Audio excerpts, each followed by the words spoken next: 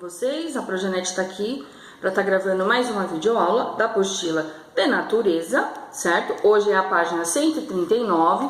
Hoje a gente já vamos falar sobre a água. Na aula anterior falamos sobre os elementos da natureza e hoje a gente vai falar sobre a água e o que é necessário para a nossa sobrevivência, certo? Vamos lá?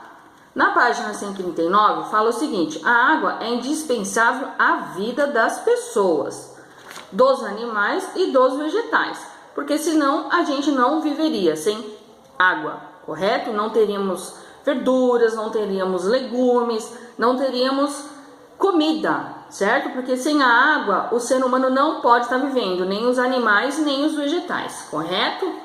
Na página seguinte, a página 140, está demonstrando onde podemos encontrar a água, certo? Nas torneiras de casa, nos rios, nos poços, nas cachoeiras e nos mares. Então, em todos esses lugares aqui, a gente temos água, certo? A gente pode estar procurando água lá que vai ter, certo? Na página seguinte, já é a nossa atividade, é a página 141, que fala o seguinte: a água é um bem precioso, devemos economizar a água para sempre poder usá-la.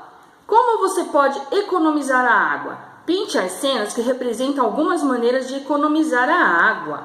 Então, aqui a gente temos 4 figuras, tá? E aqui está demonstrando como podemos usar a água. Podemos lavar a mão, ensaboar a mão embaixo da água da torneira para não desperdiçar, certo? E temos o que? A mamãe tá jogando aqui, ó, água no balde na planta, certo? Então aqui tem o papai que tá jogando água lá no jardim, com a mangueira ligada, né?